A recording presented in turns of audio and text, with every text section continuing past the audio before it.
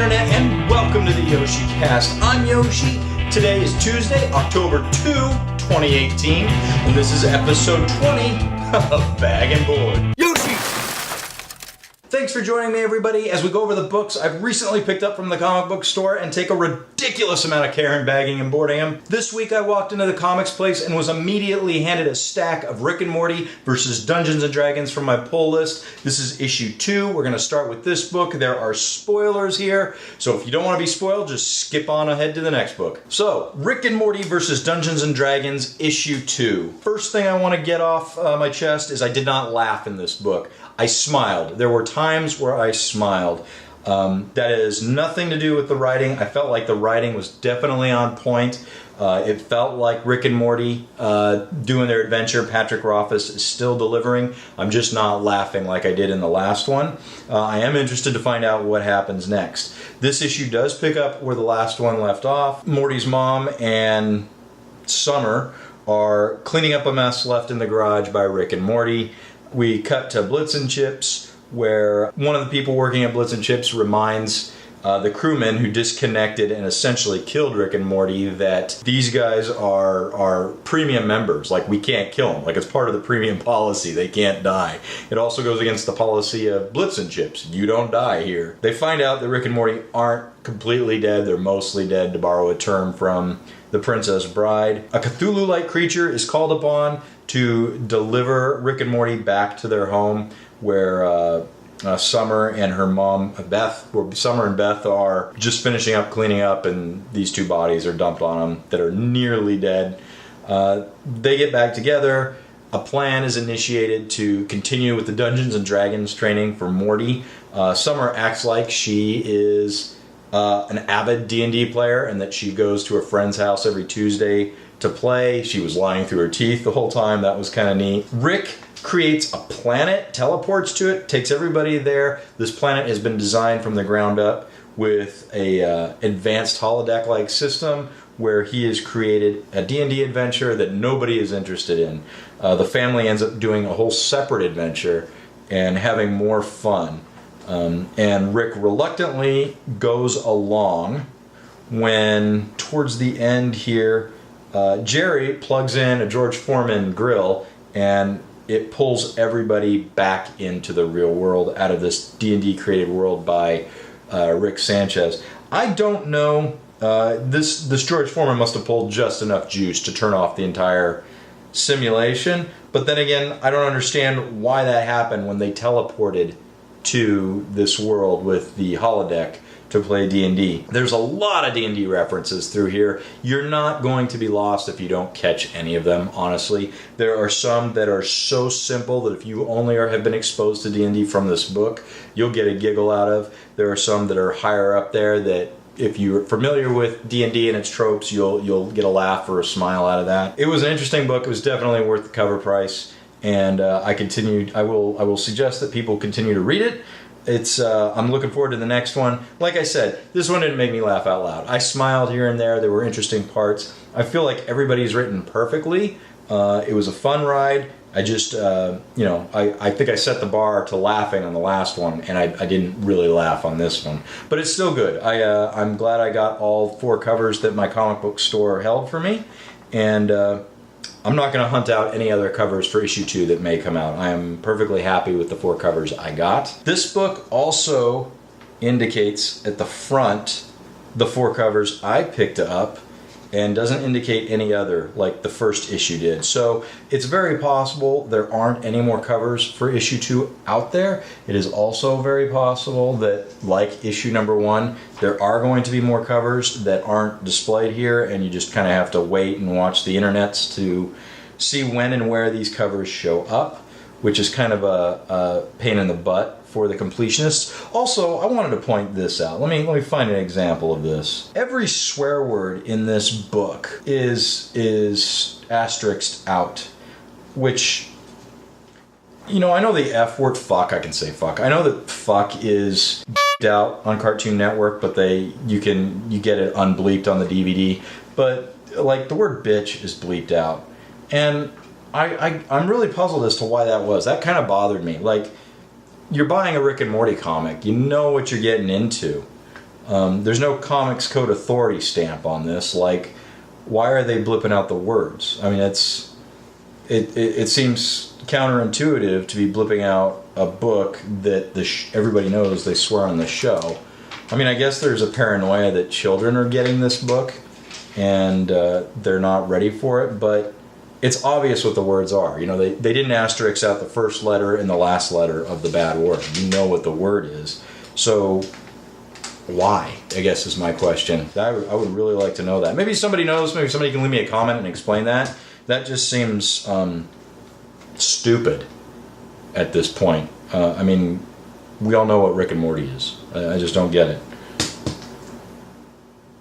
And every Dungeons and Dragons game I've ever played has resulted in tables swearing. Not in a bad way, just, you know, swearing. It happens. Like, I don't understand why it's blipped out. It's interesting. I wonder what the reason is for that. So, Rick and Morty was... what was the cover price? It does not... Rick and Morty was $4, $3.99. And it's worth it. It's definitely worth the price. So here we go. This is Rick and Morty versus Dungeons and Dragons, issue number 2. This is cover A that was in my pull list at the Comics Place. This is cover B, which is a character sheet for Summer, a ranger. She was never a ranger in this storyline. She was a rogue. I'm not understanding what the significance is for the ranger. Maybe she's a ranger down the road, but in this story, she was a rogue. Here we've got retailer incentive cover A. And here we have retailer incentive cover B. This was the expensive cover for me this week. This was a $15 cover. It's a beautiful cover. It's almost like a mixing of the two art styles. I really liked it a lot. It's gorgeous. So the next book we get to talk about is Boun, Parrish, issue number 3. They had 2 covers at my Comics Place, a virgin cover where there was no text on it or anything, it was just an image, and this one. And this was my favorite image by far. I really dug this cover, so this is the one I went with. Compared to Rick and Morty versus Dungeons and Dragons, Boun, Parrish was a real fast read this week. The story is progressing. They're not racing to fill the pages. To get to a point. They're taking their time, and I like it. A lot of character development's happening here, and we're getting to see something I'm very, very interested in, which is how the drug ash, depending on who it's coming from and who it's going to, affects the person differently. I really enjoyed that. The best example in this story, and I'll try to flip to the page here in just a minute, the best example in this issue is one of the people who is helping supply bodies to be turned into the drug ash, gets caught in an ambush at a cemetery, and ends up taking some ash of a guy who is a military expert, a sharpshooter, a good hand-to-hand combatant, and it saved his life in this crossfire. He was able to get out. The Mexicans are coming. They want to take ash for themselves. But yeah, it's a very solid story. Not going too fast. Definitely milking its way. This will be a real fun series to read when it's done, and you can just read it back to back. The thing that hurts this, even though it's been coming out on time, is just having to wait for each issue. But man, I'm still digging it. I'm still enjoying it. If you're reading it, I hope you're enjoying it too. And let me know what you think about it. And here we go. Ash, issue 3, wrapped up in the Mylar, looking even better. I really do like this cover. This is a beautiful cover. And yeah, I hope you're enjoying it too. Next book I have is the blank variant, Heroes in Crisis #1.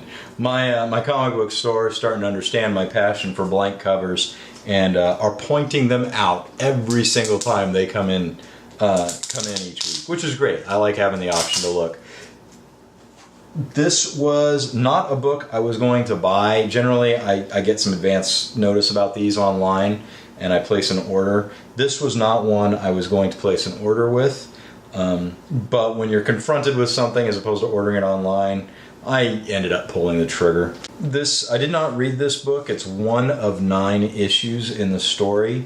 The artwork looks great. The story looks interesting. Maybe if I hear more about it, I'll pull this back out and read it. But having a DC book especially a blank variant. Something like this where I can put any character in the DC universe I want, and it kind of fits with the story. That's great. I'm okay with that. I just bought one, and my comic store had maybe 3 of these variants. At least by the time I got there, they had 3. I don't know if they'd gotten more. They definitely had a slew of cover A, the main cover. So there you have it. Heroes in Crisis issue 1, the blank variant cover. What can I say? I just love blank variants. Next up, continuing my Punisher collection of his first appearance from Amazing Spider-Man 129 all the way through Punisher proper, issue 100. We have the Amazing Spider-Man 161. Obviously, Spider-Man is fighting Nightcrawler here. Also, it says, and if that isn't enough trouble, the Punisher is gunning for Spidey too. And here we go, The Amazing Spider-Man issue 161, all wrapped up in the Mylar, looking beautiful. I know I sound like a broken record, but I'm so stoked to finally read these books. I need to get a few more before I can start jumping into it, but I want to know the story of the Punisher, the original story.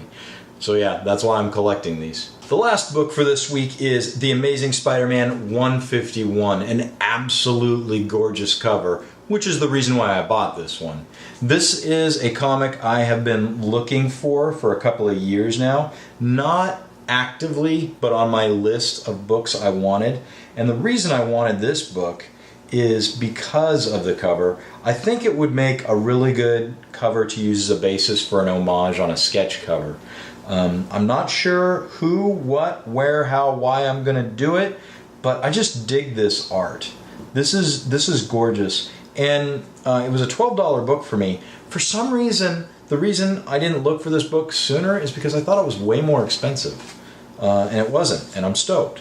I just thought this was going to be a super expensive book to get my hands on, and it really wasn't. And I just stumbled across it the other day, and I had to have it. The comics place had it, and I was just flipping through a book looking for that Punisher Spider-Man, and boom, this guy was there, and I snagged him up without even thinking twice about it.